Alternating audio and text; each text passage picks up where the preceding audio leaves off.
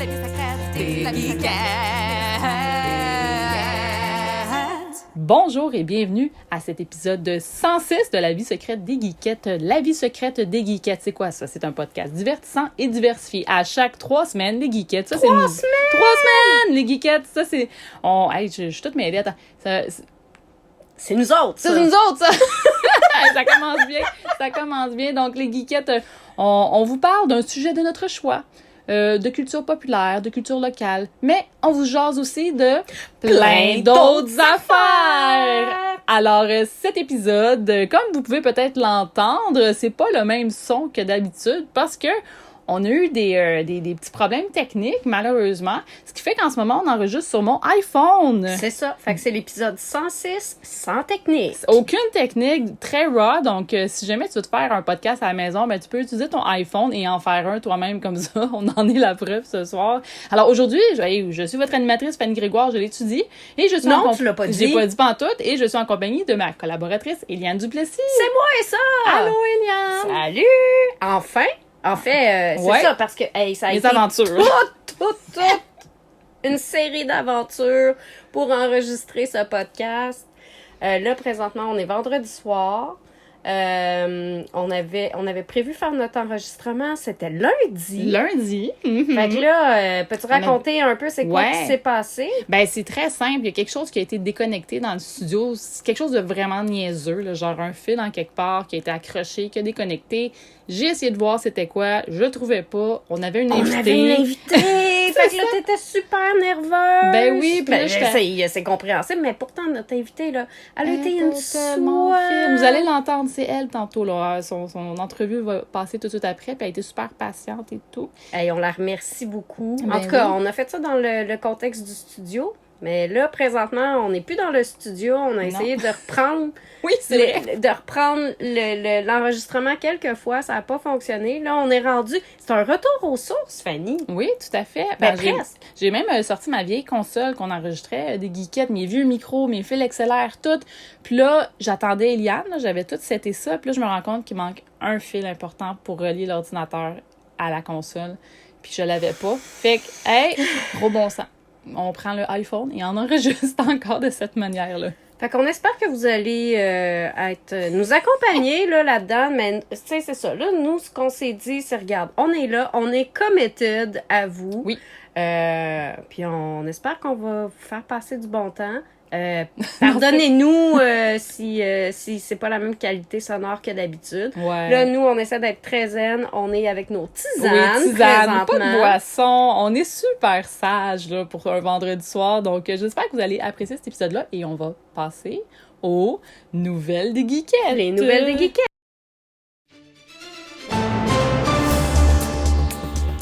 C'est les nouvelles des geekettes. Fanny, j'ai toute une nouvelle. Tu sais, tantôt, là, je disais qu'on revenait aux sources parce que là, on est rendu dans le studio. Là. Moi, je me rappelle, je pense... T'appelles ça un studio ici? Ben! On est dans le sous-sol dans mon sous-sol, mais c'est vrai que... C'était l'emplacement techniquement, du studio. Tout à fait, t'as raison. Avant que la pandémie arrive, c'était ici qu'on enregistrait avec les geekettes. Mais là, il me semble qu'il y avait moins de figurines ou je sais pas trop quoi. Ouais, il y avait moins de stock avant, mais tu sais, la pandémie, ça nous a tout fait mal un peu. Alors, on s'est mis à collectionner des affaires encore plus. Mais en tout cas, moi, je trouve ça sympathique. Là. J'espère que vous allez ressentir cet environnement geek qui nous... beaucoup de Lego. Il y a beaucoup de Lego qui sont ajoutés. Beaucoup de dinosaures aussi. Des Lego de Jurassic Park dans la salle. Beaucoup de les Tortues Ninja. Oui, c'est vrai. Mon chum, il a commencé à collectionner les Tortues Ninja des années 80. Là, les jouets. Meilleur. Donc, ça commence toujours tout petit, puis ça finit très gros, ces collections-là. Ouais, mais moi, je te ramenais sur l'idée qu'on était de retour ici, parce que tu sais, c'est ça, moi, en tout cas, les premières fois où est-ce que je suis revenue faire des chroniques aux geekettes de manière un petit peu plus... régulière, c'est ça. On était installés ici, donc là, c'est comme une espèce de retour aux sources, mais ça me fait penser, Fanny, hey, on a eu un anniversaire le 20 septembre dernier. C'est bien ça? Oui, exactement. Ça fait quoi? Ça fait 9 ans que les geekettes existent. Ouais.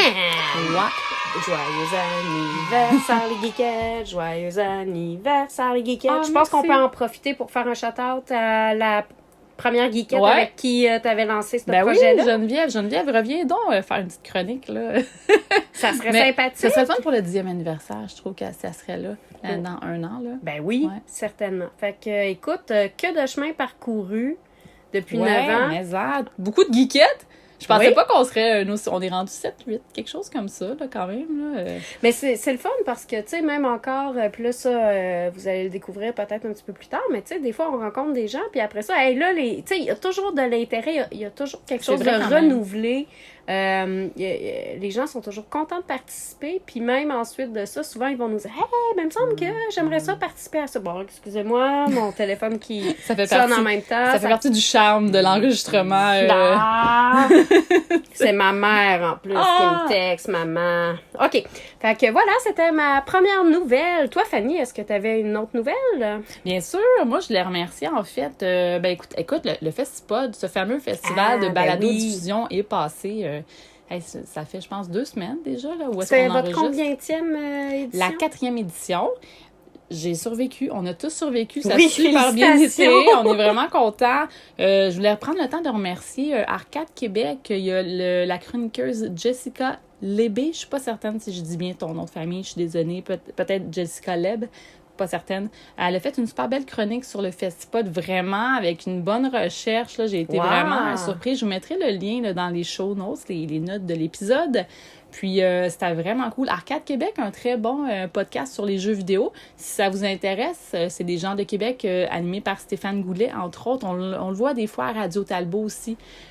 Comme chroniqueur, super gentil. Écoute, quelle belle équipe.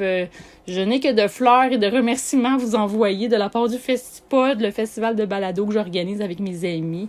Tabarouette, Fanny, ça va être une grosse année. Ça veut dire que l'année prochaine, c'est le 5e anniversaire du Festipod puis le 10e anniversaire des Geekettes. Hey, c'est vrai, ça! C'est vrai! Ah! Va falloir- Grosse année. T'es Ben là. mieux de prendre des vitamines, fille. je vais aller en acheter chez Jean Coutu, ouais. Puis toi, Eliane, as-tu une autre nouvelle pour nous? Ah, moi, j'avais préparé une nouvelle un peu nounoune, là. C'est parce que, écoute, quelle nouvelle est-ce qui s'est passé dans le milieu artistique? Hugh Jackman est maintenant devenu célibataire. Oui, j'en avais entendu parler un peu parmi les branches du star system de ce monde.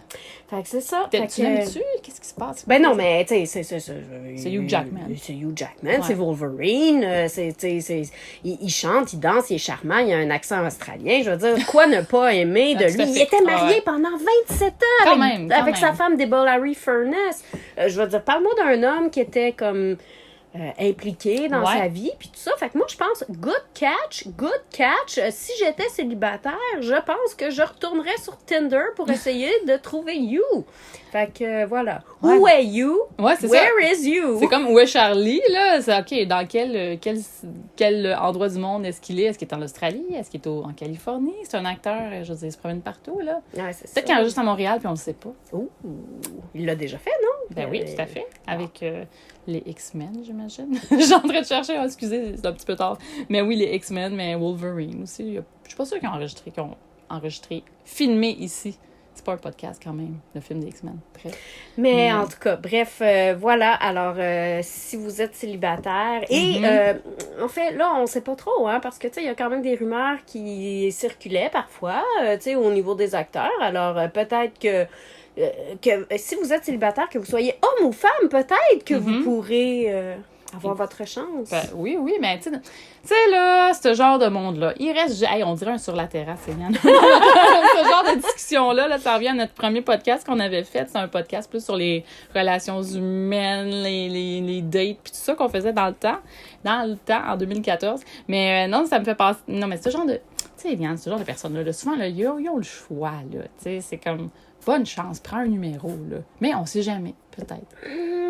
Moi, j'aime ça rêver. J'aime rêver. Oui, c'est ça. J'aime c'est rêver ça. que Rêvons, Hugh rêvons. Jackman, il rencontre l'amour sur le coin d'une rue. Oui, c'est ça. Une pure inconnue. Une chauffeuse d'autobus. Tu sais, elle transporte ses livres, puis là, whoop, tu sais, il se frappe, là, sans se voir, là, puis là... il y a Elle le un reconnaît genre- pas. Elle le reconnaît pas, puis là, il y a un genre de quiproquo, où est-ce que... Je sais pas, là, comme... Il faut qu'à un moment donné, elle l'haïsse aussi, là, tu sais. Dans les films d'amour, là, c'est toujours comme ça, les comédies romantiques, à un moment donné, ils s'aiment pas, puis là, il y a comme de la tension sexuelle. Moi, j'ai toute une histoire de film vraiment pas originale pour ça, mais c'est là. Moi, je pense que tu devrais faire une BD avec ça. Mais est-ce qu'on passe à la prochaine? Oui! On pourrait faire... pas! On va faire un épisode complet là-dessus, là, puis on a d'autres choses à se parler. Ben oui. Écoute, je voulais parler. Écoute, c'est une suggestion de podcast que j'avais. C'est le podcast de Monsieur Vincent Lauzon. OK. Ça s'appelle The Moth Collection. De quoi? The Moth. Moth, comme une mythe. Une mythe? Une mythe en anglais, collection. Puis, je vais passer la bande-annonce juste maintenant. Bon, vous avez écouté la bande-annonce, c'était Ça a bien... donc bien l'air intéressant, Ben mais oui, peux-tu me rappeler qu'est-ce que c'est, s'il te plaît? C'est intriguant, n'est-ce pas? En fait, c'est un peu un mélange de... J'ai écouté le premier épisode, c'est un mélange de science-fiction. Ça m'a fait penser un peu à des X-Files. OK. Dans le style, c'est un petit peu horreur. Le premier épisode, il est plus horreur que les autres, supposément. Mais après, ça se calme, ça devient un petit peu... Il y a d'autres choses, là. Ça va être plus dans la science-fiction. OK. Donc, en gros, je veux pas trop en dire parce qu'il y a beaucoup de surprises, mais juste entendre l'ambiance qui est un peu énigmatique, je suis certaine. Moi, je voulais suggérer un peu comme un podcast d'Halloween. Il y a seulement... il y a comme une saison en ce moment. Et puis, je pense que c'est une dizaine d'épisodes. Je me trompe peut-être. Je suis désolée, Vincent. Mais il y a comme quelques épisodes. Ça s'écoute super rapidement. Une trentaine de minutes. Peut-être, je pense qu'il y en a qui sont 1 heure aussi. Là. Mais c'est une belle série très ambiance à écouter durant la saison de l'automne, l'Halloween, c'est énigmatique, tu sais pas trop ce qui se passe, il y a de l'horreur. Bref, je trouvais qu'il y avait une super belle qualité sonore aussi dans cette série-là. Donc, ça n'a pas été enregistré sur un iPhone, c'est sûr. Non, non, tout à fait. C'est une meilleure qualité d'enregistrement. Mais c'est ça, je voulais vous le suggérer parce que je trouvais ça super le fun comme projet. C'est un petit projet qui fait, mais qui est comme un gros projet au final, là, quand même. Là. Faire des podcasts, ça demande beaucoup de temps et d'énergie. Donc, allez écouter ça. C'est en anglais. Vous avez écouté la bande-annonce, vous avez entendu que c'est en anglais, vous le savez, mais je le dis juste au coq, tu sais. Donc, allez écouter ça, The Moth Collection. On peut écouter ça où? Apple Podcasts, Spotify, tous les endroits où est-ce que vous pouvez écouter vos podcasts en audio seulement. OK. Mais c'est parfait. C'est parfait pour ce genre de médium-là. Super. Ben écoute, moi, je prends la balle au bon parce que là, tu parlais d'Halloween. Après que vous ayez écouté ce podcast-là, n'oubliez pas, nous, notre prochain épisode qu'on va enregistrer, c'est notre spécial Halloween. Puis s'il y a une chose qu'on aime chez les geekettes, c'est célébrer l'Halloween. Ouais, c'est toujours le fun. Ça. Ben, célébrer Noël aussi, là, mais célébrer l'Halloween, c'est encore mieux parce que il y a pas de eggnog, hein?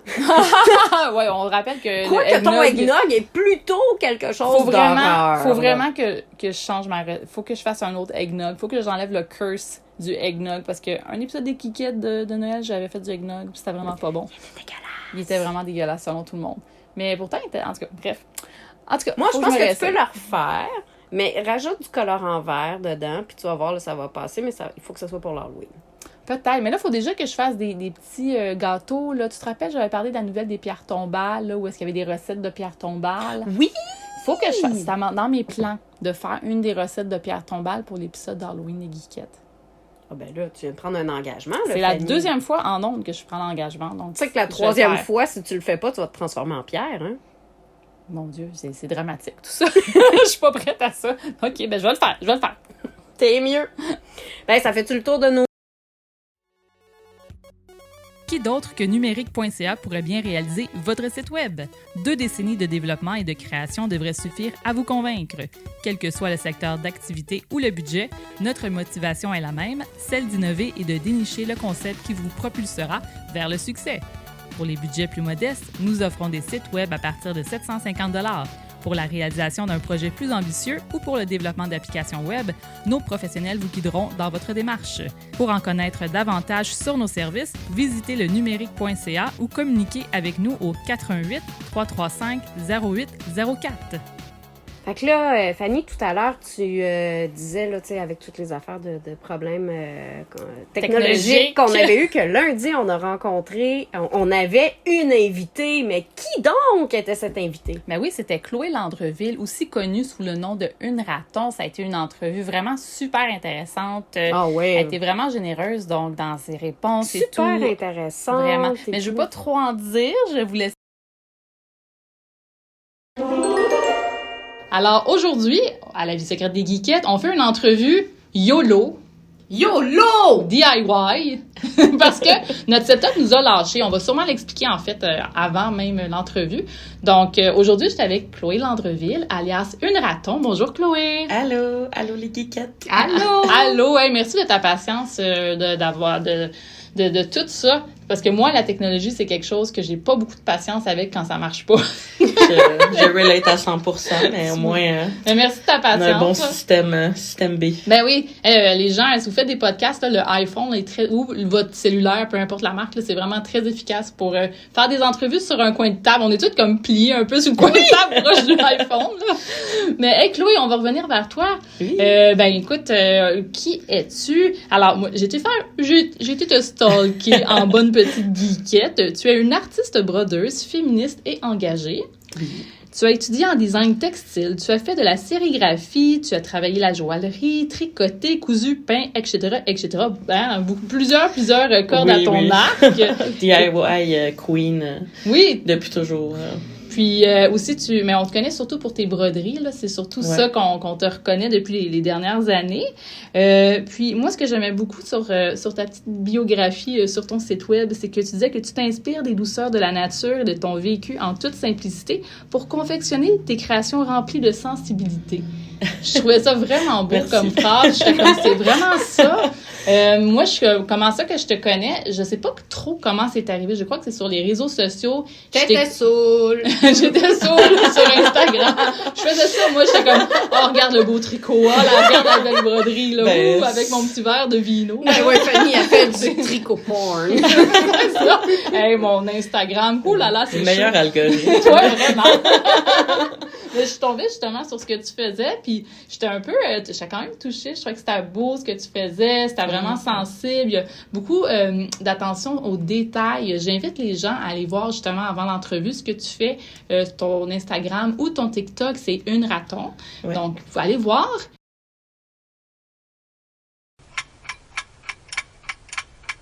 C'était magnifique, n'est-ce pas? Donc, c'est ça que moi, je me demandais comment tu as débuté dans ce monde-là. Là, c'est sûr, tu as étudié tout ça, mais après, tu as comme créé un peu ta marque, là, si j'ose dire. Ouais, là. ben même avant, là, en fait, là, tu sais, j'ai commencé à broder. C'est ma mère qui m'a appris quand j'étais petite. Fait que, tu sais, elle m'a appris quand j'étais jeune. Déjà, j'avais besoin de m'exprimer à travers comment je m'habillais. Beaucoup, fait que ça me permettait de me différencier. On dirait que j'ai toujours su que j'étais différente. Puis déjà, super jeune, j'étais déjà un peu grosse. Là, on parle à l'audio, là, mais pour les personnes... En fait, si vous allez voir mon TikTok, vous allez me voir danser. Je suis quand même une personne assez grosse. Puis je l'étais déjà aussi. Tu sais, quand j'étais petite, j'étais juste un peu chubby, mais déjà, je ressentais cette pression-là. Puis la façon de m'habiller, ça a toujours été une façon de me protéger, me disait... Je vais tellement être cool qu'on me parlera jamais de mon poids, tu sais. Mm-hmm. Fait que ça a toujours été une façon de genre me dire, c'est ça, de me protéger. Puis déjà, je déchirais mes pantalons, je m'inspirais full de la culture grunge. Fait que je voulais déjà modifier mes vêtements. Fait que c'est vraiment parti comme ça.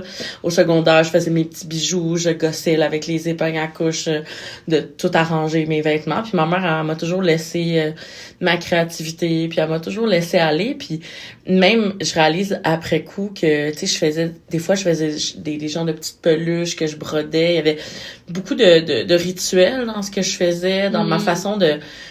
Inconsciemment, je pense que je développais la façon de me déposer émotionnellement dans ce que je faisais. Parce que, tu sais, quand tu brodes, puis que tu couds un point à point, il y a... C'est long, quand même. Ouais. Là. Ça faut Fait pas qu'il y a être vraiment pressé, là. exact. Il y a un processus émotif que tu fais quand je fais une création. Je la finis au complet. J'ai l'impression d'avoir déposé puis de digérer quelque chose. C'est aujourd'hui, je m'en rends compte, là, mais à l'époque, je m'en rendais pas compte. Mais maintenant, je vois que j'ai cultivé ça, en fait, toute ma vie. Puis j'ai juste jamais pu arrêter.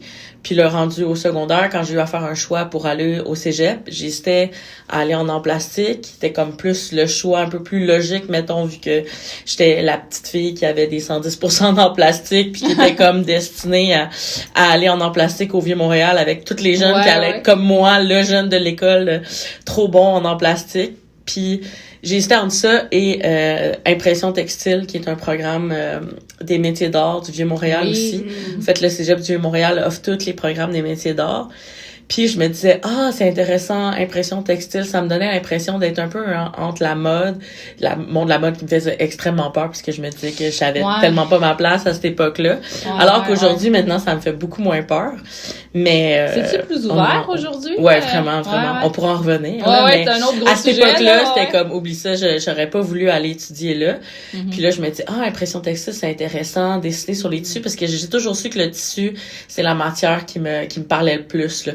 Même si la bande dessinée aussi a fait une grande partie de ma culture jeunesse, enfance, là. Fait que côté geek, là, bande dessinée, roman graphique. C'est quoi que tu lisais? On va faire un petit aparté ici, j'allais toujours en bande dessinée du côté des adultes. Fait que j'ai skippé tous les trucs classiques de kids, un peu, Astérix, les mangas. Ouais, j'ai tout ça. Puis j'allais prendre les affaires un peu bizarres, un peu spooky dans les romans graphiques adultes. Là, ouais. Je prenais la carte de ma mère quand j'étais jeune parce que tu pouvais pas, quand t'étais trop jeune, tu pouvais pas prendre pour adulte, genre. C'est vrai. Ouais. Ouais. Check. Ouais. Fait que genre, j'ai full aimé les séries sombres, tu sais, beaucoup les séries sombres, des affaires très victoriennes, puis je sais pas, là, bande dessinée vraiment européenne à cette époque-là. Là. Ouais, éventuellement, là, j'ai découvert, tu sais, comme des Julie Doucet, des personnes là, vraiment plus marginales puis punk, là, ça qui m'ont vraiment plus inspiré là, éventuellement, là, tu sais. Puis beaucoup de BD québécoises aussi, là, qui est tellement bonne. Il y en a vraiment. tellement, là, tellement bien mis à l'affiche, là, dans les bibliothèques, là. Ouais, il y a vraiment un essor bibliothécaire du Québec. Oui, vraiment, parce qu'il y a tellement... Le monde de la BD, c'est un monde immense où est-ce que tu as beaucoup de choix, donc tu peux facilement te mêler. Ouais, mais, vraiment. Ouais, mais non, c'est intéressant côté BD. C'est là où j'explorais beaucoup le personnage, mais je trouvais ça vraiment difficile de faire des histoires. J'ai toujours trouvé ça vraiment dur d'écrire des histoires. Fait que j'avais toujours le personnage, puis même les bandes dessinées quand j'étais jeune, j'y faisais souvent sans mots. C'était plus comme une espèce de vidéoclip poétique, là, visuel, là, mettons, là, ça ressemblait un peu à ça, les essais que je faisais quand j'étais jeune. En bande dessinée, on dit que, moi, j'ai fait un petit peu de bande dessinée, puis on dit que quand tu fais du sans mots, souvent, c'est plus difficile qu'avec du texte. Parce que t'as le texte pour supporter ton visuel, puis t'as pas mais avec du sans mots, c'est un petit peu plus difficile quand même. Ouais, mais justement, t'as comme un petit personnage, c'est un petit raton, une petite souris, un petit chat, pas sûr. C'est un raton, c'est une raton. Mais il a vraiment changé ça. Fait que là, si on peut revenir, ça, j'ai fait en impression textile, puis j'ai vraiment trippé, j'ai vraiment exploré ça, puis j'ai introduit la broderie inconsciemment dans tous mes projets. Puis quand j'ai fini, j'ai fait le programme en 4 ans, puis quand j'ai fini le programme, je suis tombée enceinte. Je m'étais inscrite, je voulais continuer mes études en métier d'art. Je m'étais inscrite pour faire ébénisterie en me disant juste je vais toucher à complètement autre chose. Puis finalement je tombe enceinte. Fait que là j'étais chamboulée, je savais pas trop quoi faire, j'avais 19 ans, fait que j'étais comme my god, qu'est-ce que je fais? Puis on dirait que c'était plus fort que moi, il fallait que je le garde, puis j'ai jamais regretté mon choix. Mais ça m'a poussé à travailler plus de chez nous, là, de sortir. J'étais déjà étudiante, fait que la précarité était comme déjà dans ma vie. Fait que là, je pouvais pas me dire que j'allais commencer une compagnie d'entreprise artisanale, puis d'aller sérigraphier, puis de louer tout ça qui aurait coûté vraiment cher d'équipement. Fait que je me suis mis à broder beaucoup plus. Puis là, c'est là que j'ai commencé une raton. Mes premiers trucs, une raton, c'était des broderies. Je faisais du tricot aussi, puis je faisais des bijoux assemblés, fait que je faisais tout ça, puis j'avais comme cette idée-là qu'il fallait que ça soit bien propre, cette image-là assez d'avoir une image de marque qui était cohérente beaucoup, tu sais, puis que au début je voulais pas trop mettre, mettons, mes idées politiques, ou comme je voulais garder une image très propre là, un peu là. J'avais peur, je pense, de mouiller, puis c'est toujours épeurant de se mouiller. Tu sais, faut avoir un certain courage quand tu lances, tu vas être dans quelque chose de plus profond puis personnel là. Ouais, puis j'avais l'impression qu'il fallait en artisanat, fallait que pour faire de l'argent, il fallait que t'aies comme cette image là. Que tout soit super cohérent, tu sais, surtout, c'était le début d'Instagram, de l'image, exactement, où c'était très, très Pinterest. Fait que c'est ça, cette image-là, qu'il fallait que tout soit cohérent, puis tout bien calculé, marketing. Ouais, c'est ça. J'avais comme cette espèce de pression-là. Puis en même temps, d'un autre côté, je faisais quand même, moi, mes petites broderies pour moi. J'en faisais comme un espèce de petit journal, un petit journal intime. Je faisais mon petit raton, puis je le mettais en scène. À ce moment-là, il y avait une queue, puis il y avait un masque. Fait qu'il ressemblait un peu plus à un raton. Mais éventuellement, là, c'est pour ça souvent les gens ils disent, on dirait juste un petit chat, là. Des fois, il y a des petites lignes dans la face qu'on voit un petit peu le masque, mais ça ressemble plus à un humain avec des oreilles pointues maintenant, là. Mais bref, je me suis mis à en faire, puis je racontais un peu mes histoires de date ou d'histoires que je vivais, là, en tant que mère jeune, monoparentale. Comme, c'est ça, qui vivait tout ça. Puis j'avais fait un marché féministe à l'Atomic Café, ici sur Ontario. Dans Hochelaga, à Montréal. Ouais. Vraiment un cool café qui avait organisé un marché féministe. Puis j'ai des amis qui m'ont invité qui étaient comme, amène tes broderies, toutes tes affaires. Puis j'ai tellement aimé la réponse que là, ça l'a ouvert tranquillement une porte. Puis à cette époque-là aussi, je commençais à m'ouvrir à tout. J'ai comme mon espèce de wake-up call de la grossophobie, là. C'est là où, comme les lumières s'ouvraient beaucoup. Ça fait pas si longtemps qu'on en parle, la grossophobie. Même, tu sais, moi, dernièrement, j'en parlais avec mon conjoint, puis on était comme, hey, c'est quand même assez récent, là. Puis tu sais, là, je vous parle de genre 2013. Fait que, tu sais, c'était vraiment le early en plus. Vraiment. De ça. Puis moi, je commençais à m'exposer puis à reconnecter avec mon corps. Ma meilleure amie est photographe incroyable, travaille pour un projet qui s'appelle Washing Dishes, puis elle m'avait pris en photo avec dans plusieurs shows différents où j'étais nue, où c'était semi-érotique, puis ça l'a ouvert tellement encore plus de lumière, puis ça m'a laissé là, je me suis laissée guider là-dedans, puis ça a juste ouvert encore plus à laisser ça aussi dans ma création, puis de plus en plus avancer là-dedans. Puis la réponse des gens m'a toujours encouragée à aller plus loin, puis à le faire, puis à me dire que ça valait la peine, parce que quand les gens ils me disent qu'ils aiment ce que je fais, puis quand ils voient mon art, puis ça les touche, pour moi ça c'est tout ce qui c'est là où tout fait son sens, le contact avec les autres, puis de voir comment les gens réagissent face à ce que je fais là, c'est pour ça. Écoute, moi j'ai des petites questions des Patreons, mais Aliane, est-ce que tu avais des questions avant que je commence ou ça va? Moi, je suis très curieuse de connaître les questions des Patreons. Bon, excellent. Alors, on a Patreon François, qui est aussi technicien François dans le dernier épisode. Technicien François, tu nous manques aujourd'hui. Oui, tu nous manques, vraiment. Technicien François nous manque.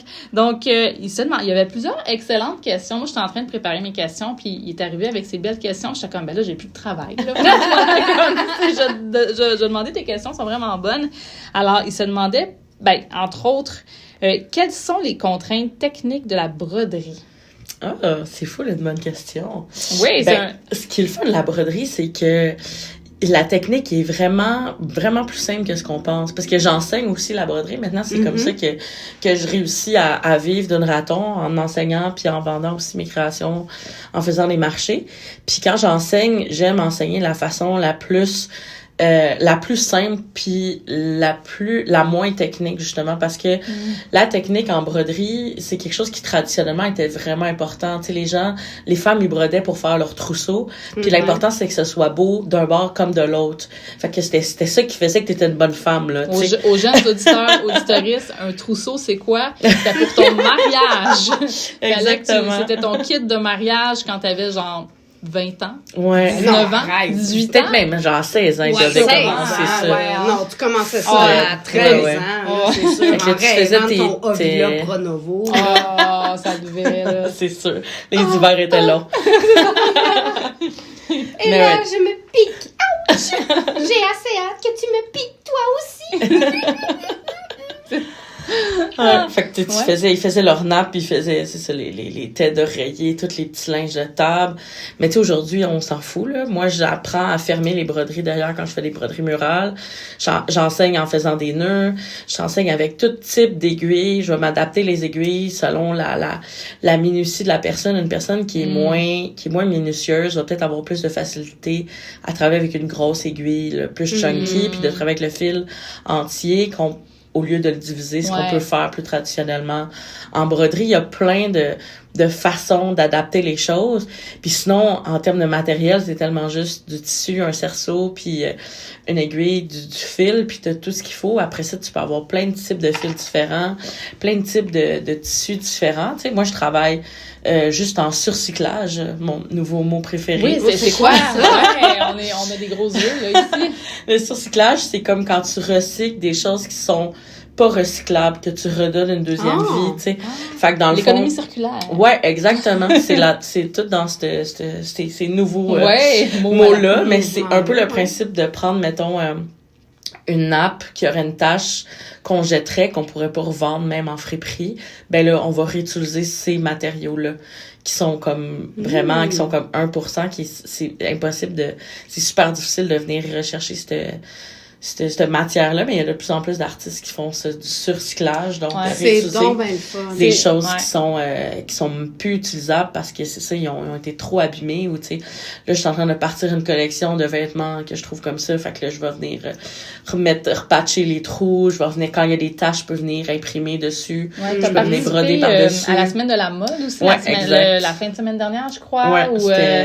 Exactement, puis on était tous des artistes qui faisaient du surcyclage, on était 8 artistes, fait que c'était vraiment inspirant. Là, c'est pour ça que là, ça m'a encore plus motivée à continuer ça. J'avais déjà fait du vêtement dans le passé, mais là, c'est sûr que je vais m'y remettre encore plus.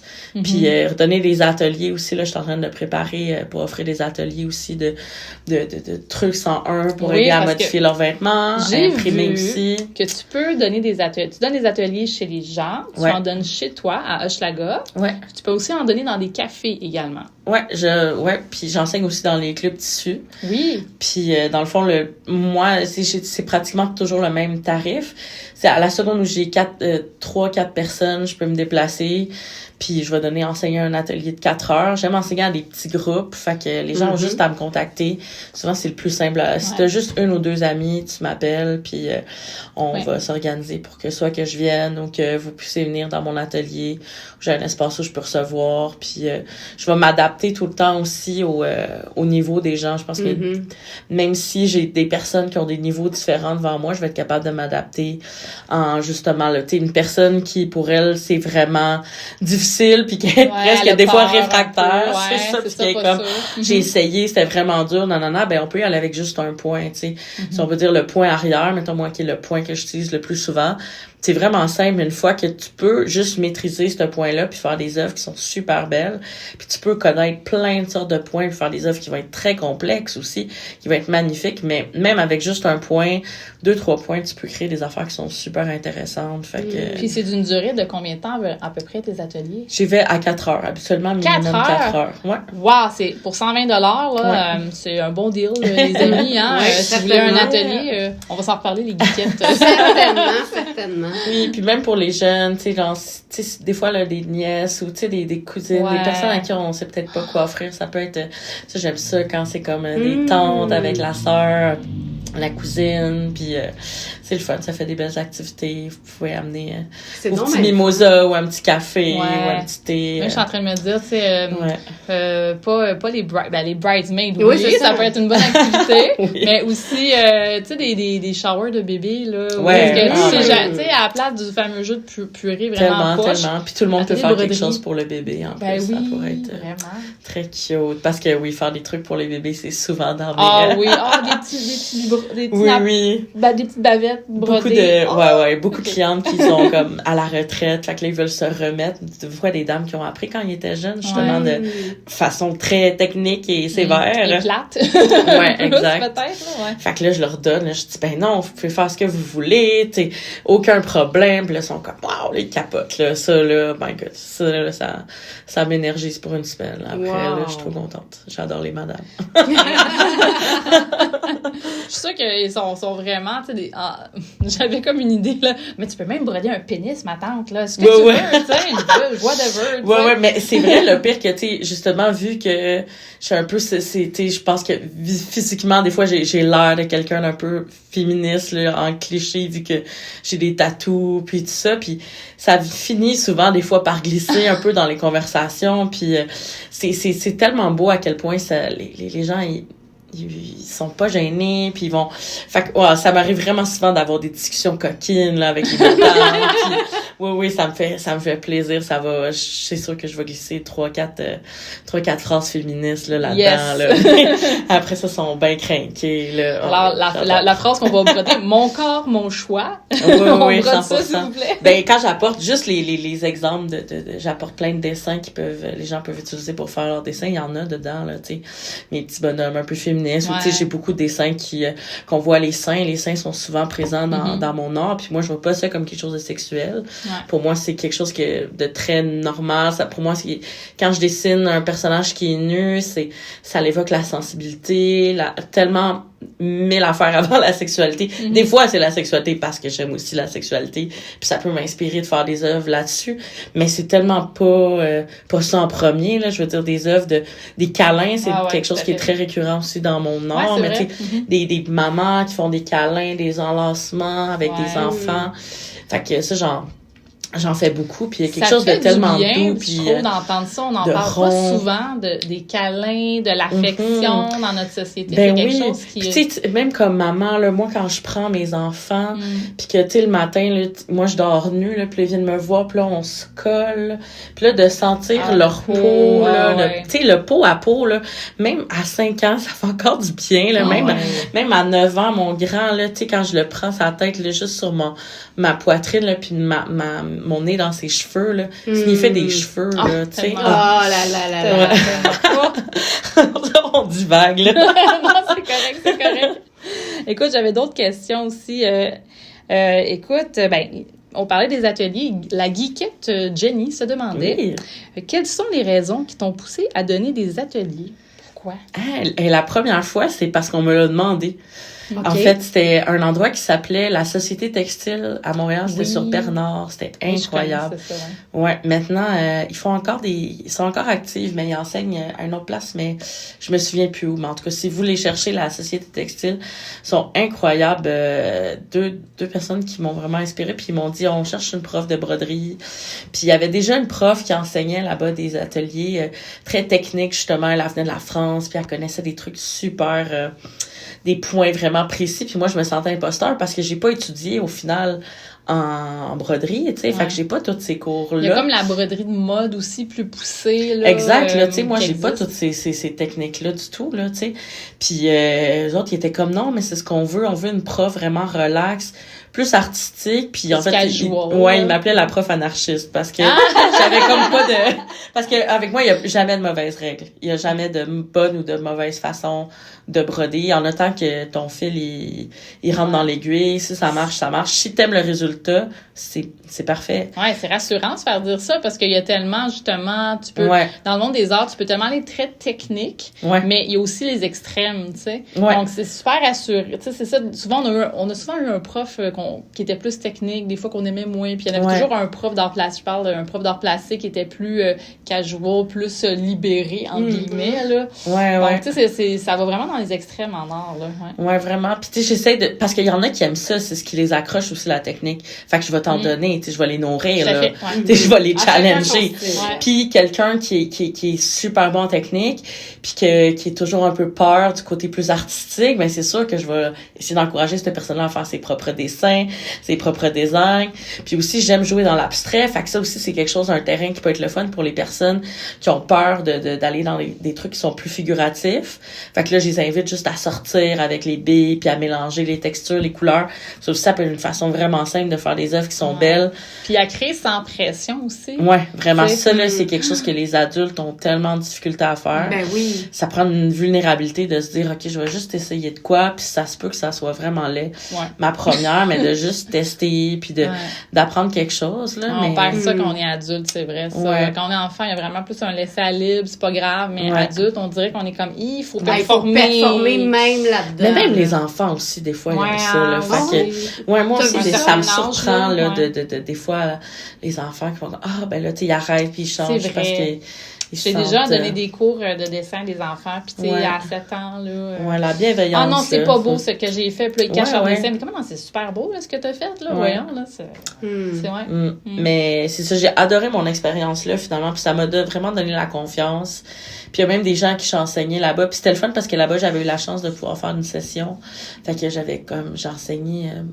une douzaine de cours d'ateliers, fait que j'ai pu suivre les personnes sur longtemps. Ça, c'était vraiment le fun de les accompagner tranquillement. Puis, tu sais, ça m'a donné la confiance. Éventuellement, j'ai été contactée par le Club Tissu.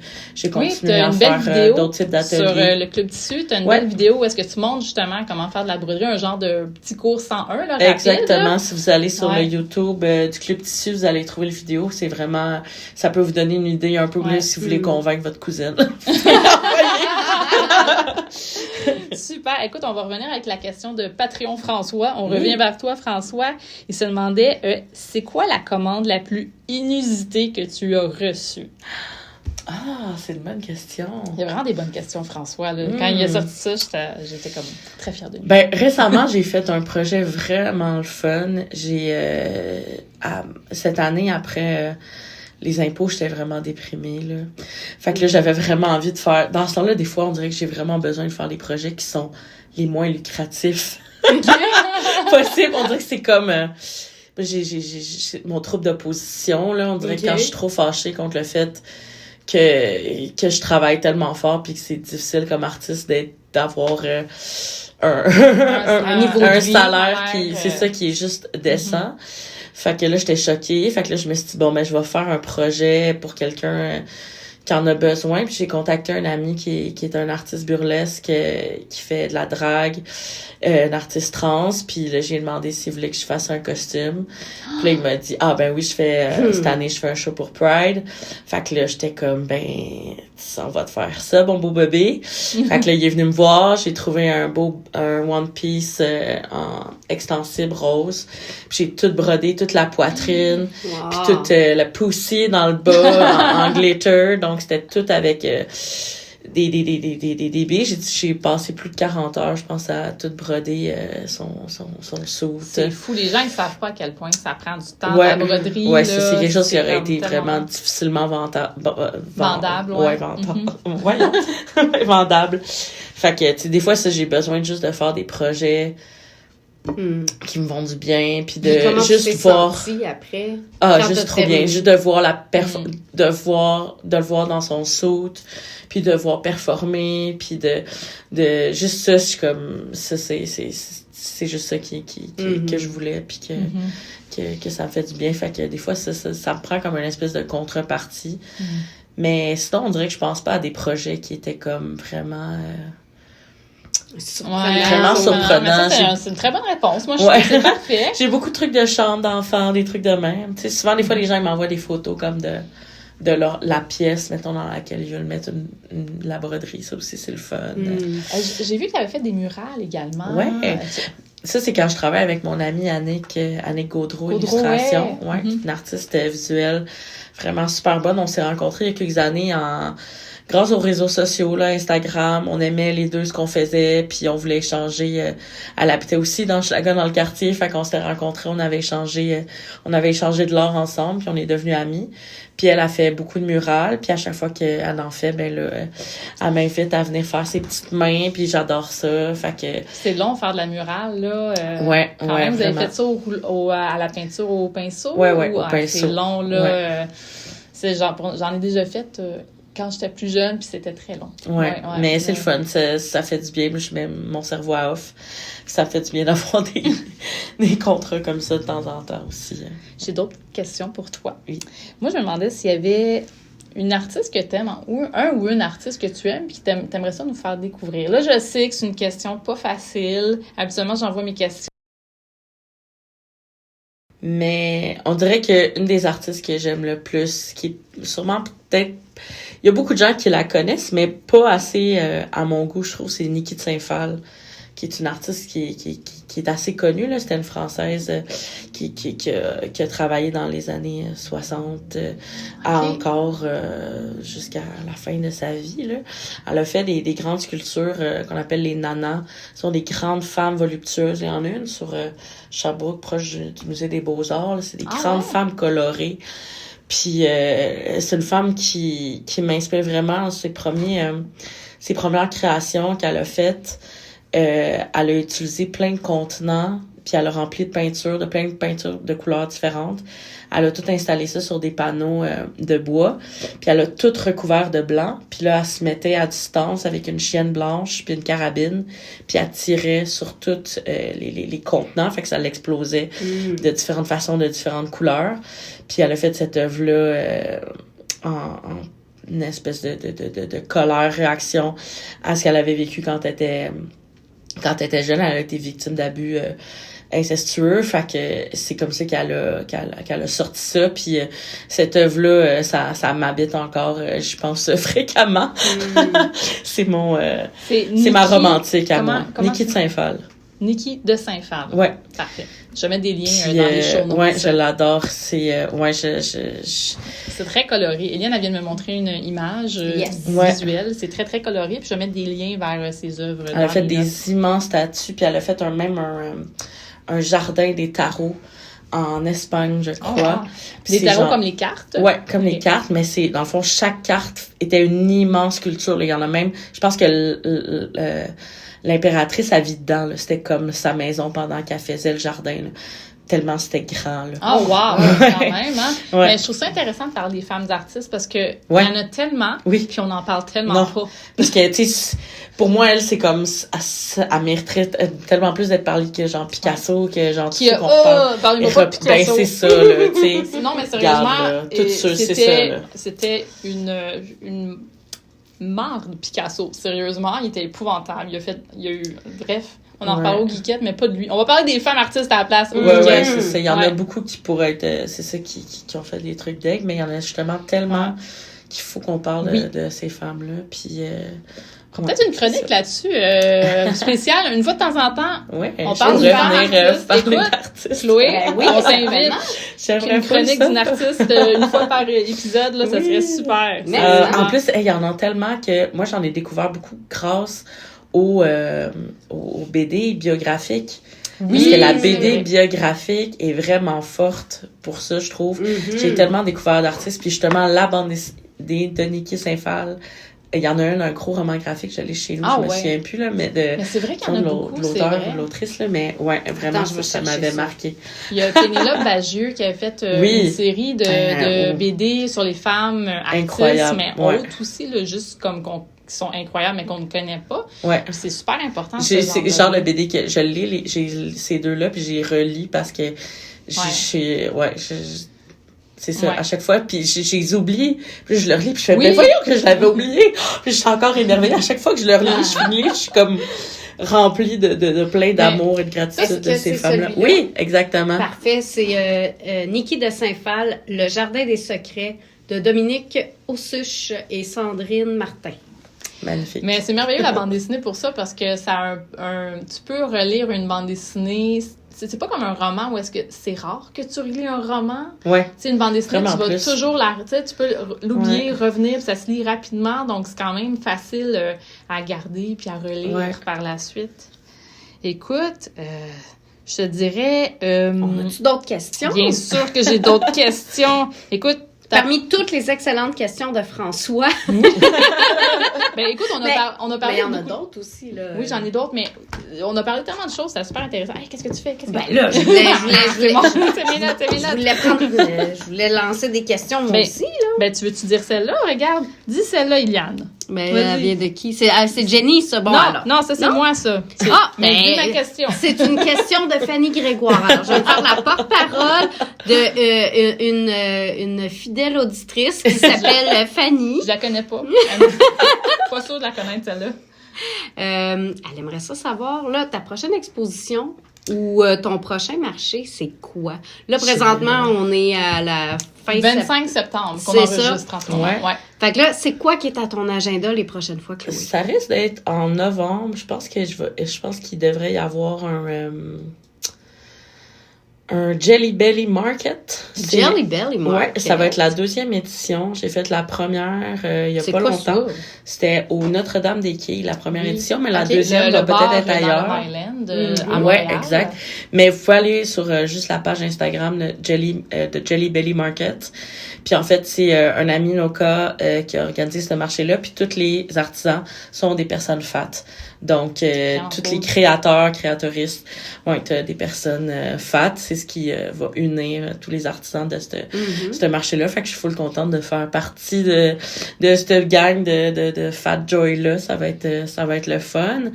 Ouais, Puis donc si tu sinon, vas, c'est-tu ouais. en soirée, en après-midi? La dernière fois, c'était un marché de soir, mais ça, j'ai comme rien de officiel encore. Ok, donc primeur au geekette. C'est ça. Mais ça, si vous me suivez, je partage tout le temps tous mes prochains marchés. C'est sûr que dans le temps des fêtes, là, je vais en avoir. Ouais. Je me suis inscrite à des marchés, mais j'ai pas encore eu les réponses. Fait que Il y en a je veux quand pas même me beaucoup. spoiler, là. Je veux pas me brûler.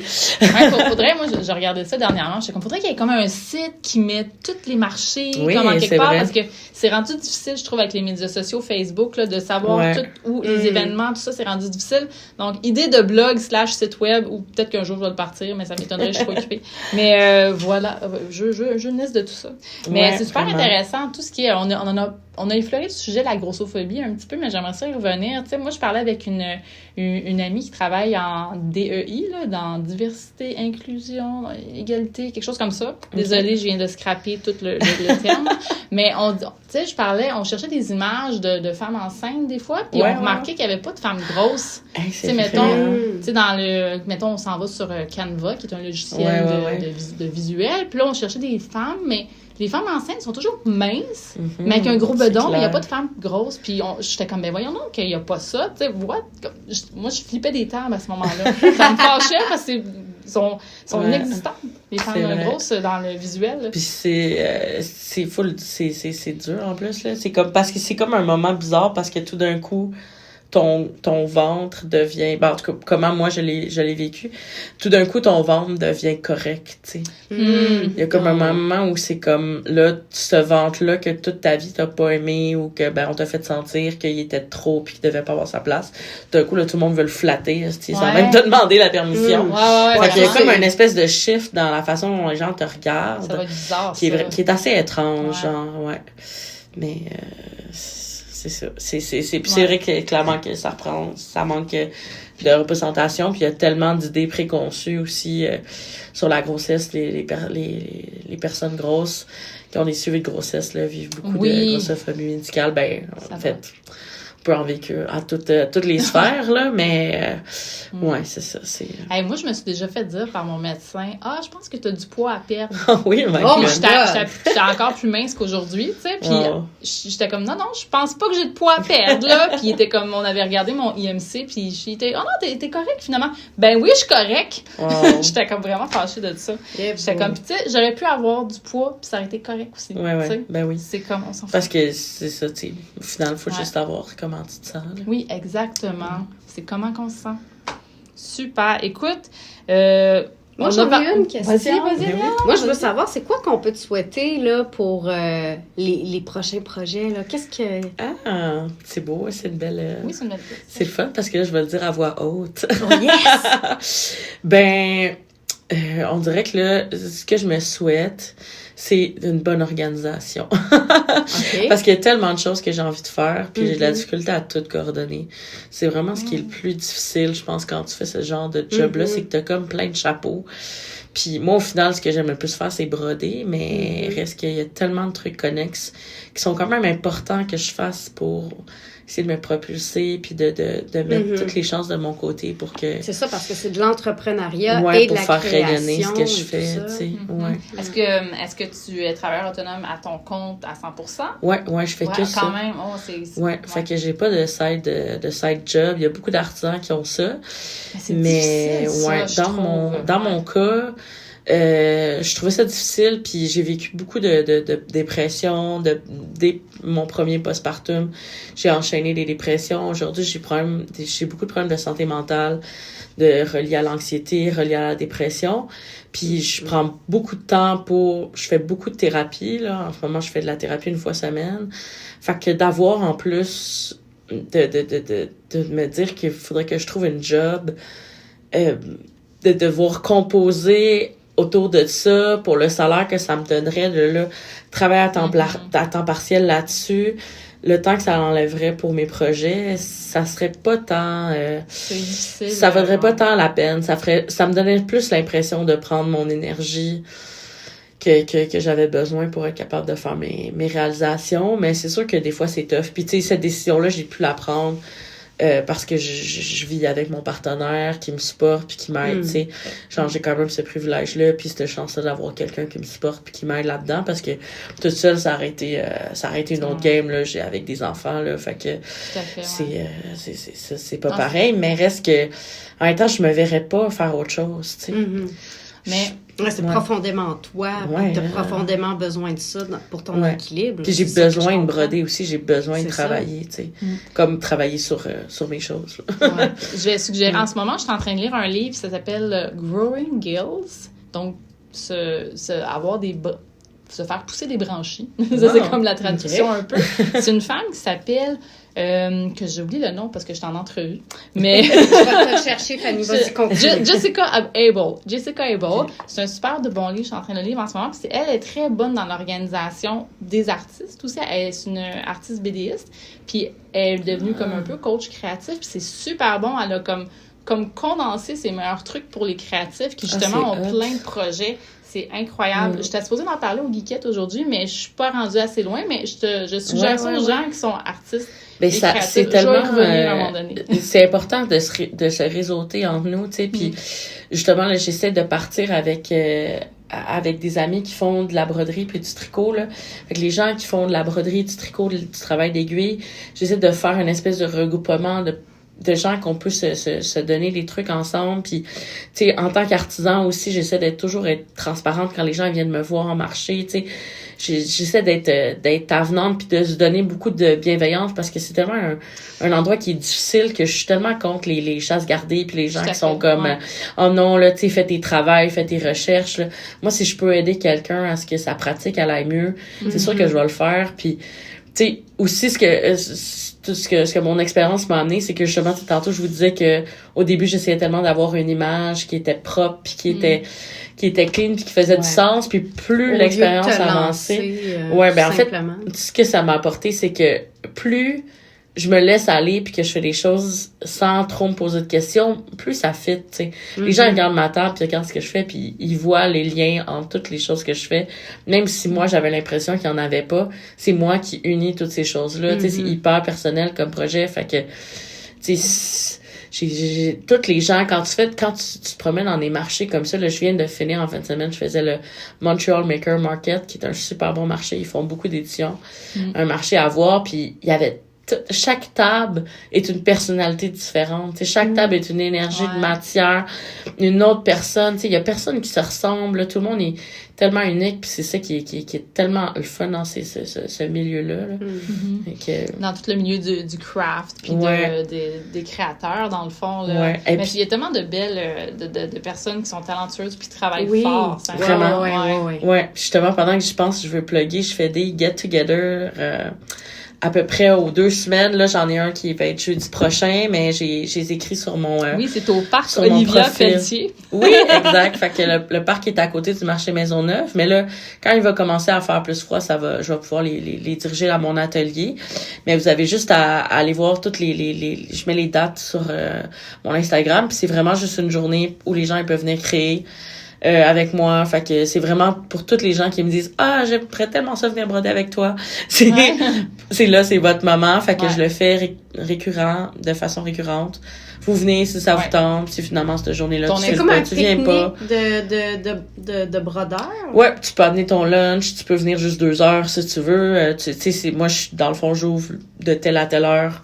je vais être là. Fait que je vais être là. Puis est-ce que Toi, c'est tu viens juste... quand tu veux. Ouais, T'amènes c'est tes ça. choses. Je suis pas là pour enseigner. Je vais pas donner un atelier. Moi, Ouais. j'ai mes choses pour travailler.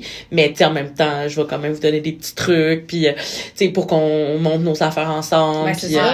fait qu'il y a toujours des gens On s'enrichit différents avec qui sont ça. là. Exactement. Fait que c'est comme juste une occasion pour se rencontrer. C'est Et complètement réseauter. gratuit, là. Fait que c'est vraiment juste pour le fun d'être les gens ensemble. Fait que si est-ce que vous ça faites serait du travail juste- d'aiguille. Ouais, c'est ça. Est-ce que c'est juste pour les gens qui font du travail d'aiguille ou Ben, ça pourrait t'sais, être autre chose? ça pourrait aussi? être autre chose aussi, là. J'ai une amie qui est illustratrice, puis elle est juste là avec son iPad, puis elle dessinait sur son iPad, là. Fait Ah. que ça aussi, c'est vraiment correct, là. Mais tu sais, peut-être pas venez pas pratiquer votre flûte traversière, là. Ça va être, ça va être gênant, là. Mais presque toutes, là, tu sais. Comme il y a un enfant en ce moment qui fait de la flûte, pratique sa flûte là, d'école là, sur la Oh. galerie à côté. C'est comme cute, mais quand ça fait 15 minutes, c'est un peu long. Des fois. Bref, amenez pas votre flûte, c'est sûr. Mais ouais, mais en fait, no shade, là, pour les flûtistes, Ouais, c'est là, ça mais aussi. c'est juste le premier exemple. Tellement. Écoute, on a parlé un petit peu hors micro tantôt, là, mais t'aimerais-tu ça faire d'autres podcasts, à part La vie secrète des geekettes? Là? Oui, j'aime full les podcasts. Je suis une grande consommatrice de podcasts. J'adore ça. En plus, c'est drôle, c'est sûr que je t'ai vu au Festipod. Oui, le festival, Mais ouais. je pense que j'avais la tête des nuages, là. Écoute, il y avait Distorsion qui était là. Ben, là. je sais, là, moi, avec Christian Page, là, j'avais Oh, des étoiles sa- dans et les yeux. sa là. voix merveilleuse et Oh, incroyable. mon Dieu, je l'aime tant. Ah, C'est comme un Charles Tisser, mais des UFO, oui, là. exactement. Il Puis- était tellement passionnant, là, en tout cas. Vraiment. Mais Allez, c'est et allez ça. écouter l'épisode de Distorsion qui vont sortir prochainement avec leur invité Christian Page. Ouais. C'était incroyable. Ouais, vraiment. C'était le podcast du Festipod. Puis il y avait aussi avant les tricoteuses en série qui est comme tellement l'exemple d'à quel point les gens qui font du craft comme ça, tu sais, du métier d'aiguille et podcast, c'est vraiment des bons amis, là. Ça fit. Moi, j'écoute toute la journée, j'écoute des podcasts qui roulent pendant que je travaille, là. Fait que Ouais. c'est vraiment, c'est pour ça que Mais j'en c'est vrai consomme que broderie beaucoup. et podcast, ça va Ouais. bien ensemble parce que c'est répétitif. Très Puis bon, Comme le tricot, moi je tricote Très un bon peu mix. des fois. C'est là. ça se fait trop bien. Ah, ouais. Ouais, parce que t'es concentré dans tes oreilles puis tes mains. Fait que je sais pas, ça Meilleur crée un mix. petit cocon puis T'aimerais-tu ça lancer ton podcast un ouais, jour? oui.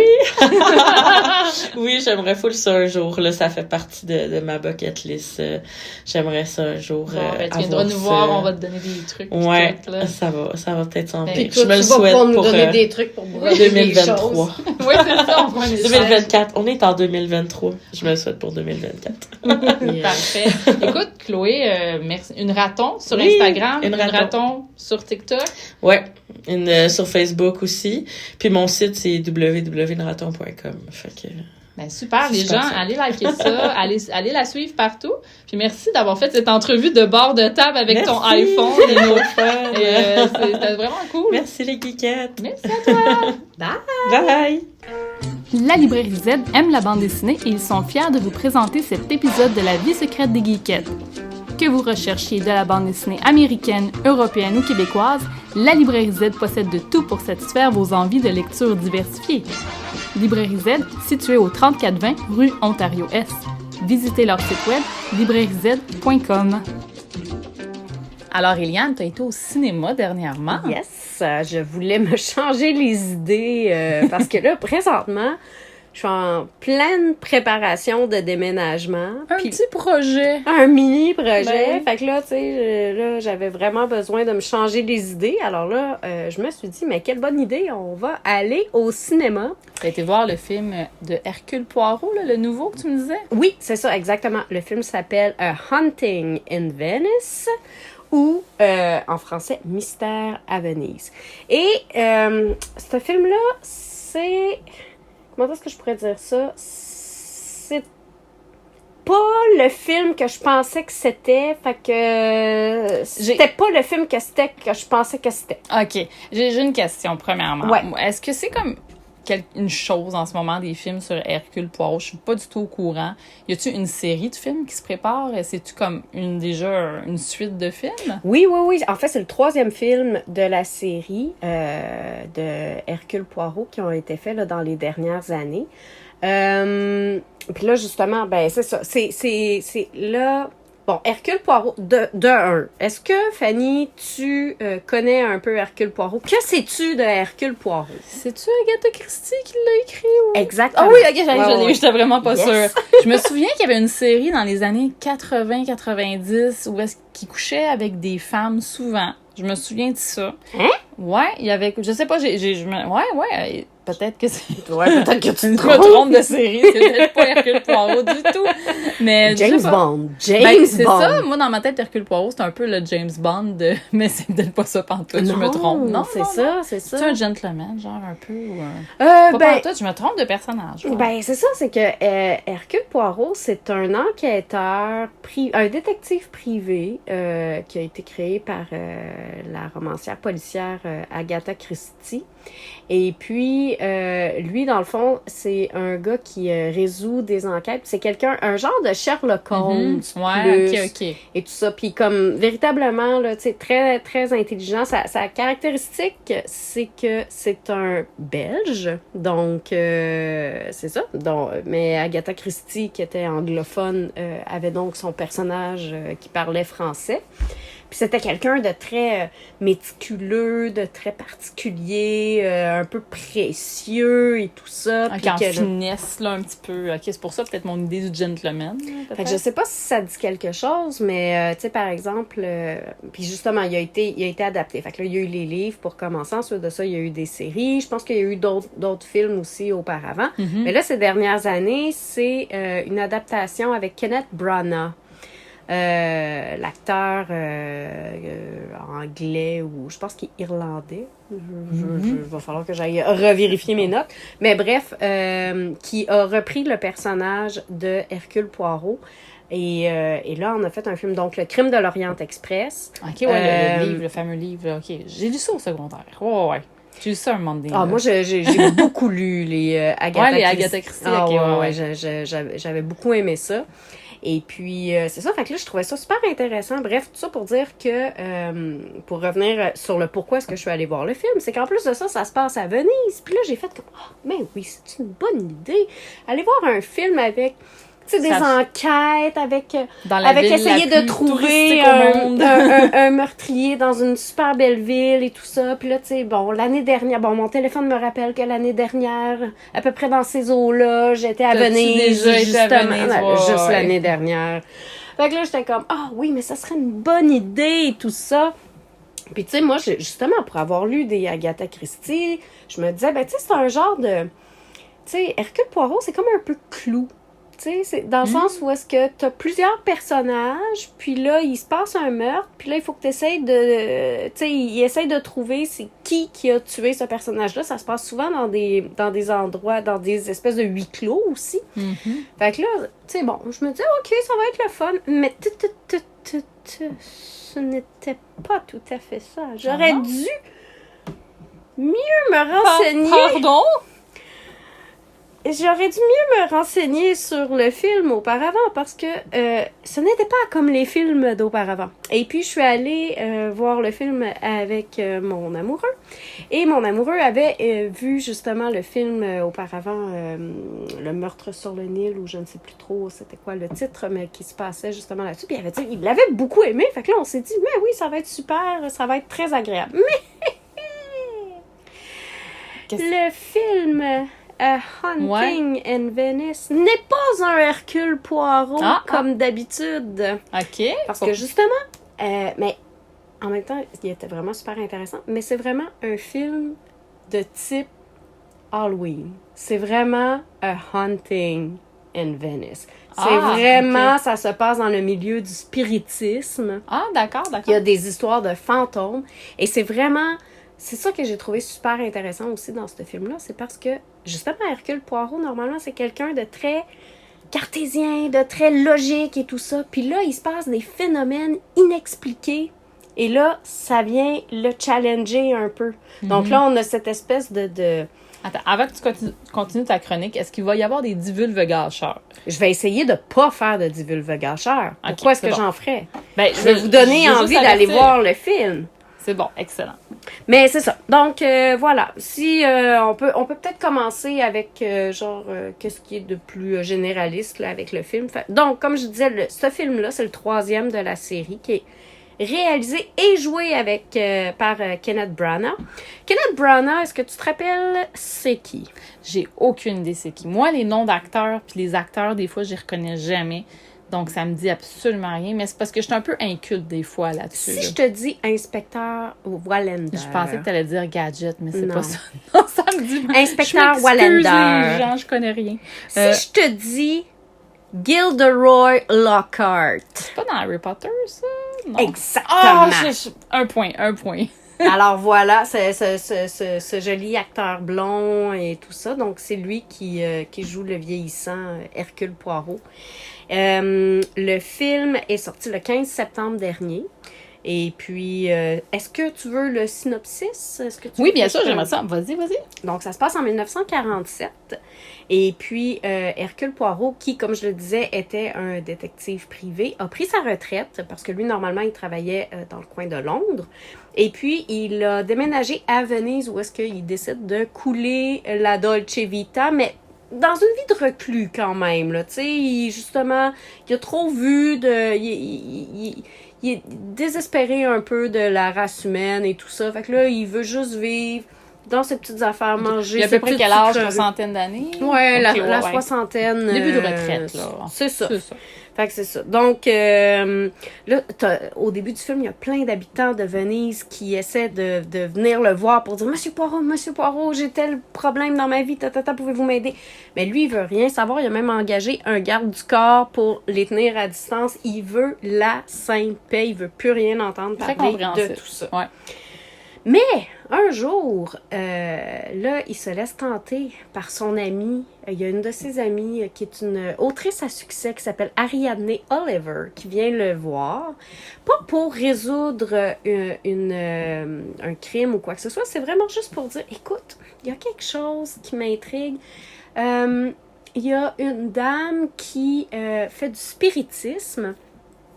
Et il y en a qui pensent que c'est de la fraude, il y en a qui pensent que c'est vrai et tout ça. Puis là, elle va faire une séance de spiritisme dans une maison supposément hantée, dans un palace, un palazzo vénitien supposément hanté. Rien de moins. Y avait-tu des masques et tout? Oui, exactement, parce que ça se passait la journée de l'Halloween. Donc, la journée de l'Halloween, il va y avoir cette séance de spiritisme qui est tenue dans le palace d'une grande chanteuse lyrique qui essaye de communiquer avec sa fille qui est décédée l'année dernière dans des circonstances nébuleuses. Okay? Intriguant. C'est ça. Donc, voilà. Il y a aussi le fait, tu sais, les acteurs sont aussi super intéressants. Fait que là, comme je disais, avec Kenneth Branagh, la médium qui incarne cette médium-là, c'est Michelle Yeoh. L'actrice, là, celle qu'on a vue dans Everything, Everywhere, All at Once. Super bonne là-dedans. La cantatrice, elle est jouée par... oh mon Dieu, là, j'oublie son prénom, là, mais Mademoiselle Riley, c'est la fille qui avait joué, entre autres, dans L'Auberge espagnole. C'est un vieux film, là. Oui, tout à fait. Mais il y a d'autres... Oui. Mais en tout cas, elle était absolument superbe là-dedans. Super. Et voilà. Donc, puis il y a plein d'autres personnages aussi, parce que comme dans tous les Hercule Poirot, il y a toutes sortes de personnages qui vont être là. Il va y avoir effectivement un moment où est-ce que ça va devenir comme une espèce de huis clos. Avec une brochette d'acteurs, donc qu'on accuse tous.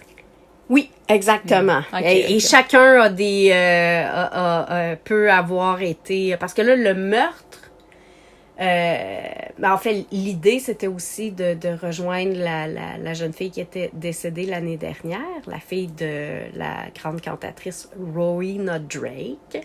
Mais en même temps, ça s'est passé il y a 1 an. Puis là, il y a des choses qui se passent. Est-ce qu'elle est vraiment morte? Est-elle vraiment morte? Est-elle encore vivante? Dans quelles circonstances? Il y a plein de gens qui ont des choses à se reprocher. Et le soir même, il va y avoir un meurtre qui va se passer. Et là, c'est à partir de ce moment-là que Hercule Poirot va reprendre du galon. Il y a beaucoup de films, justement, là, tu sais, le true crime est vraiment de retour. Tu sais, Hercule Poirot, je veux dire, toutes les Sherlock Holmes de ce monde, là, je veux dire, c'est du true crime, là, c'est des histoires de romans, on appelle ça du polar ou du roman policier.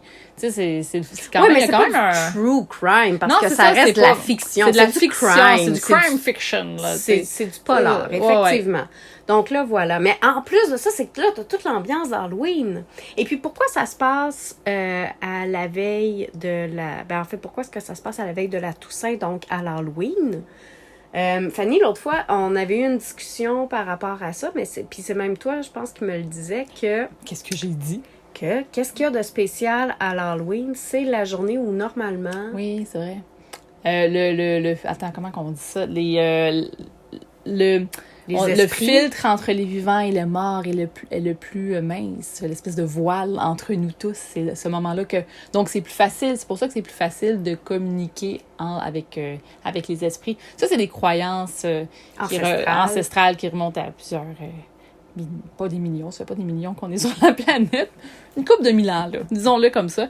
Mais ouais, non, c'est ça. Puis aussi, t'as à Beltane, le 1er mai aussi. C'est comme ça. Ouais, donc... ouais. Donc, peut-être qu'il va y avoir un autre film qui va se passer le À 1er Beltane. mai. Mais, là, ça se passe justement à l'Halloween, dans cette espèce de palazzo complètement décrépit, dans lequel il y a eu des choses qui se sont passées dans le passé, que là, il serait supposément hanté. Donc, est-il vraiment hanté? Est-ce des tours de l'esprit? Est-ce qu'il y a de la fraude? Que se passe-t-il? Mais il y a un vrai mort qui se passe, et voilà. Donc, d'accord. OK, donc ce serait pour les gens qui sont des fans d'Hercule Poirot, qui aiment ce genre d'histoire-là? je pense que c'est... Ben, écoute, finalement, c'était un film d'Halloween. Puis là, j'étais surprise parce que, Mais tu sais... c'est un film d'Halloween, c'est un film d'horreur? C'est pas un film d'horreur en tant que tel, mais... c'est un peu épeurant. Dans la facture, en plus, c'était très... tu sais, c'est très sombre. Il y avait beaucoup de musique... très inquiétante et très omniprésente. Ce qu'on appelle des jumpscares aussi, là. Oui, il y avait beaucoup de jumpscares. Il y avait beaucoup de jumpscares. Il y avait... moi, il y a certains moments où est-ce que je trouvais que le montage était un petit peu trop saccadé à mon goût, mais en même temps, il y avait justement ce côté-là. Fait que, justement, moi, je m'en allais pas là pour aller voir un film d'épouvante un peu et finalement, ben c'est ça qui s'est passé. T'as survécu. J'ai survécu. T'as-tu aimé ça? J'ai aimé ça. J'ai trouvé ça vraiment le fun. Au final, puis pour vrai, c'est ça. C'est juste que tu sais, j'étais un peu déstabilisée au début, mais en même temps, j'ai trouvé ça vraiment le fun. Puis justement parce que j'avais déjà lu et que je connaissais déjà le personnage de Hercule Poirot, je trouvais ça encore plus intéressant de voir qu'il avait été dans cette veine-là. Mais là, je me demandais, mais là. Est-ce que c'est parce que c'est un espèce de revival, puis là, ils ont décidé de prendre Hercule Poirot, puis parce que ça disait que c'était inspiré. Ah, OK. Donc, est-ce que c'était inspiré une adaptation. Une adaptation ou quoi que ce soit?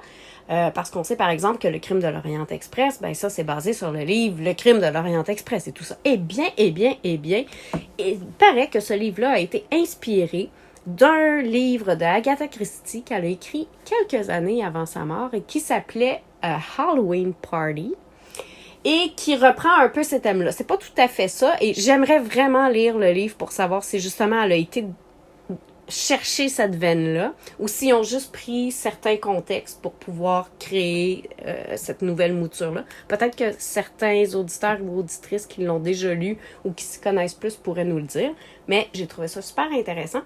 Et aussi, ce que je voulais dire avec ceci, c'est que une affaire que j'ai trouvé vraiment drôle en faisant mes recherches, c'est que le livre Halloween Party a été aussi traduit en français sous le titre très sérieux de La fête du potiron.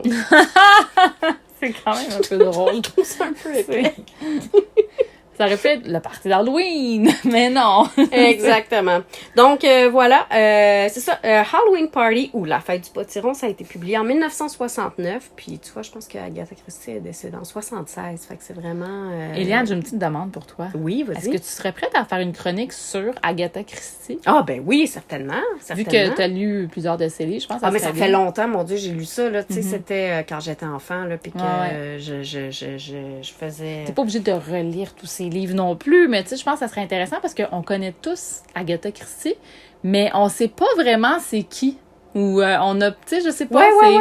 c'est comme quelqu'un de très connu, une autrice très connue, Mhm. mais qui Est-ce que c'était est-elle? vraiment une femme? Pourquoi est-ce que, tu sais, Ouais. toutes ces choses-là? Ouais, ouais. Super D'où elle intéressant. vient? Pourquoi? Mais sache d'ailleurs, tu sais. un de ses surnoms, c'est la Duchesse de la mort, de Duchess of Death. C'est La quand même reine du- épique. La comme reine nom. du crime aussi. C'était... Ouais, la reine du crime, j'avais déjà entendu ça aussi. Ouais. Ouais. Voilà, fait que c'est super intéressant. Puis Mais je vais vous... quel titre incroyable. Dans Ouais. ta vie, tu te fais appeler la reine du crime puis la duchesse. Comment tu t'as dit ça? Duchess of the Death. La duchesse de la mort. C'est malade comme titre, là. Je veux dire, t'es fière. Je me demande c'est quoi qui est écrit sur sa pierre tombale. Oh, je sais pas si elle a une Y a-tu des recette. Mais je terminerai la chronique en terminant avec un petit fun fact. D'un, allez-y voir le film si ça vous intéresse, puis vous me direz si vous avez apprécié. Le film est sorti, comme j'ai dit, le 15 septembre. Je sais pas si c'est voulu. Parce que, tu sais, c'est quand même un film à savoir plus halloweenesque. Fait que moi, j'aurais lancé ça un petit peu plus tard. Pourquoi le 15 septembre? Je le sais pas. Mais savais-tu que c'était la date d'anniversaire d'Agatha Christie? Elle est née le 15 septembre. Ah, c'est vraiment mignon quand même. Fait que je Un sais petit pas clin si... d'œil. Ouais, un petit clin d'œil. Je pense que oui. Ben oui, tu peux pas comme faire. Je suis sûre qu'ils ont fait ça pour ça, là. Je le sais pas. Mais en tout cas, vous l'aurez appris en primeur sur les geekettes. Hey, tu savais-tu ça que les Geekettes ont maintenant un Patreon? À partir de 2$ par mois, tu peux avoir accès à du contenu exclusif des Geekettes. Il y a des entrevues, le podcast des Geekettes secrètes et plein d'autres affaires. C'est au patreon.com/geekette, geekette avec un S à la fin. Et on a toujours notre bouton PayPal si tu préfères nous donner un montant fixe de ton choix. Le bouton est sur notre site web au geeketteavecunS.ca, geeketteavecunS.ca. Donc, ça conclut cet épisode 106 de la vie secrète. 106, sans technique. Oui, 106 sans technique de la vie secrète des Geekettes. Hey, merci d'avoir été avec nous, les Geekettes. Écoutez, vous pouvez nous rejoindre sur notre site web geekette au pluriel ou avec un s.ca. On est disponible sur Facebook, on est sur Instagram. Aussi, on a un Patreon, si jamais ça vous tente. Vous avez entendu les pubs durant l'épisode. C'est vraiment le fun, le Patreon. On a un Discord très actif. Et puis, c'est cela. Eliane, est-ce que tu as un mot de la fin pour l'épisode 106? Non, mais j'ai une carte de la fin parce que nous avons un jeu de tarot avec nous.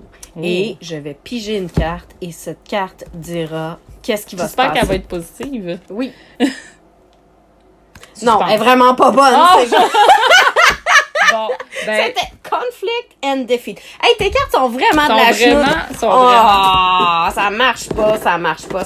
Tiens, pige-en une pour le fun. là. Fait que je vais essayer de refiger une autre carte de tarot parce que c'est un petit peu Halloweenesque. Ah, c'est le chakra du cœur. Ah, C'est ça, c'est beau. bien. Ah. C'est beau. Donc, ben c'est ça. tu Ça feras va être du votre carte. montage, puis on va juste garder chacun du cœur à la fin. Je pense, non, je pense que je vais le laisser de même. OK.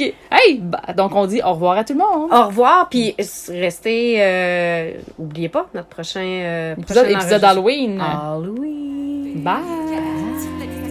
Geekette.